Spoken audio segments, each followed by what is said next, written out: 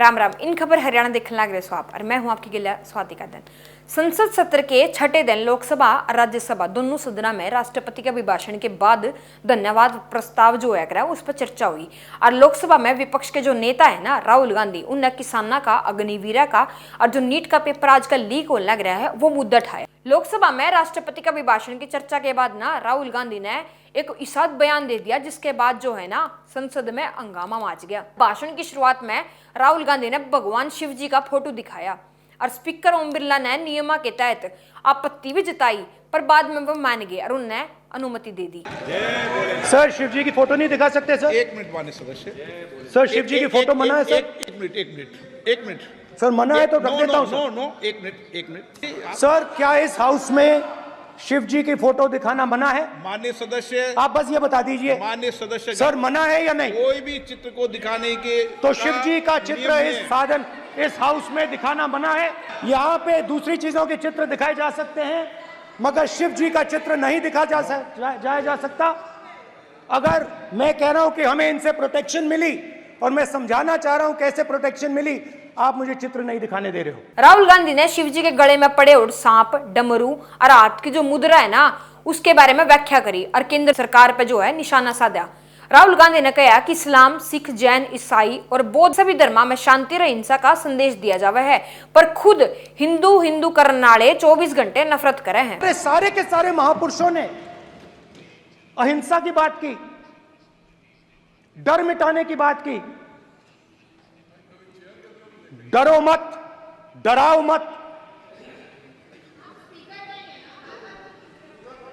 डरो मत, डराओ मत।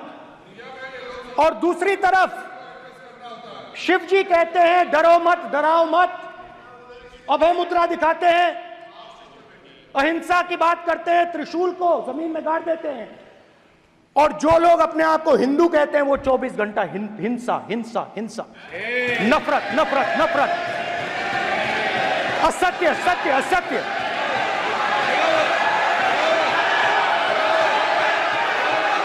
आप हिंदू हो ही नहीं। हिंदू धर्म में साफ लिखा है सत्य के साथ खड़ा होना चाहिए, सत्य से पीछे नहीं हटना चाहिए, सत्य से नहीं डरना चाहिए। अहिंसा हमारा प्रतीक है। राहुल गांधी के इस बयान तय सत्ता पक्ष जो था वो भड़क गया और उन्हें सदन में बैठे और खुद प्रधानमंत्री नरेंद्र मोदी ने फिर बोलना पड़ा। और प्रधानमंत्री ने कहा कि वो गंभीर मामला है, विषय बहुत गंभीर है। पूरे हिंदू समाज को हिंसक कहना ये गंभीर विषय है। बीजेपी को आपको नहीं नहीं नहीं नहीं नहीं नहीं, नरेंद्र मोदी जी पूरा हिंदू समाज नहीं है, बीजेपी पूरा हिंदू समाज नहीं है। केंद्रीय मंत्री अमित शाह ने राहुल गांधी के बयान पे हिंदू समाज का अपमान करने का आरोप मढ़ा। उन्होंने कहा कि देश तय उन्हें माफी मांगनी चाहिए जो बयान उन्होंने दिया है। जो अपने आप को हिंदू कहते हैं वो हिंसा की बात करते हैं, हिंसा करते हैं। मान्यवर, इस देश में शायद इनको मालूम नहीं है, करोड़ों लोग अपने आप को गर्व से हिंदू कहते हैं, गर्व से हिंदू कहते हैं। क्या वो सभी लोग हिंसा की बात करते हैं, हिंसा करते हैं? हिंसा की भावना को किसी धर्म के साथ जोड़ना और इस सदन में और संवैधानिक पद पर बैठे हुए व्यक्ति ने, मैं मानता हूं मान्यवर, उन्होंने इसकी माफी मांगनी चाहिए। अग्निवीर पे बोलते हुए राहुल गांधी ने कहा कि अग्निवीर जो है ना उसमें शहीदा दर्जा नहीं दिया जाता जो उन्हें मिलना चाहिए, और मुआवजा भी कौन दिया जाता। छोटे से घर में